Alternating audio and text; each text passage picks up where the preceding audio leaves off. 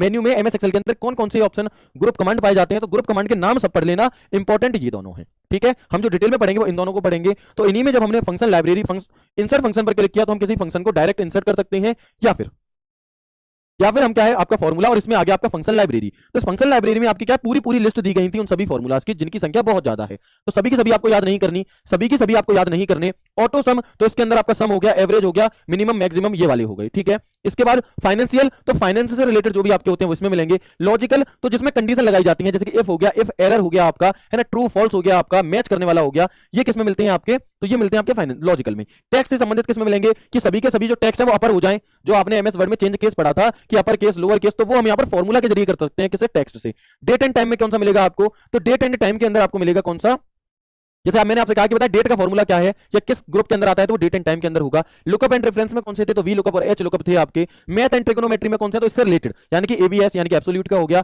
Even odd हो गया, power हो गया, मोड हो गया, ये सारे हमें कहां पे मिलते हैं, तो ये सारे में इसमें मिलते हैं। सर हमें याद कैसे होंगे, तो याद मुझे भी नहीं है, आपके सामने ही याद करे हैं, ऐसे ही आपको याद कर लेने हैं। ठीक है, सभी याद नहीं करने, बस एक समझ बना लेनी है कि मैथ से रिलेटेड है, साइन कॉस टेन का मतलब आ रहा है तो किसका है, मैथ एंड ट्रिक का है। ये होते हैं, ये नहीं होते। ऑप्शन एलिमिनेशन के थ्रू इसका आंसर निकालना है आपको, सबका रट्टाफिकेशन नहीं करना। ठीक है, चलें, इसके बाद हमने यहाँ पर 4 नियम पढ़े कि किसी भी फॉर्मूला को आप लगाने से पहले हम बराबर का चिन्ह लगाते हैं। जब कोई फॉर्मूला गलत हो जाता है तो वहां पर हैज लिखा आ जाता है। इसके बाद अगर हमें नॉर्मली कोई कैलकुलेशन करनी है तो हम बराबर का चिन्ह लगाकर उस कैलकुलेशन को लिख करके एंटर करके अपनी कैलकुलेशन का आंसर निकाल सकते हैं। और लास्ट आपका 2 चीजें थी कि अगर आपको रेंज सेलेक्ट करनी है तो कॉलम लगाएंगे, और अगर आपको कोई स्पेसिफिक पॉइंट सेलेक्ट करनी है तो आप यहां पर किसका, कॉमा के जरिए आप कर सकते हैं। ठीक है, अब है आपके सामने यहाँ पर क्या, ये हम कैसे कैलकुलेशन करते हैं, क्या इसका नियम होता है, वो आपको बता दिया, आपने सवाल सॉल्व किए, और यहां पर अब हम आ जाते हैं अपने किसके, टेस्ट योरसेल्फ की तरफ। ठीक है, चलो।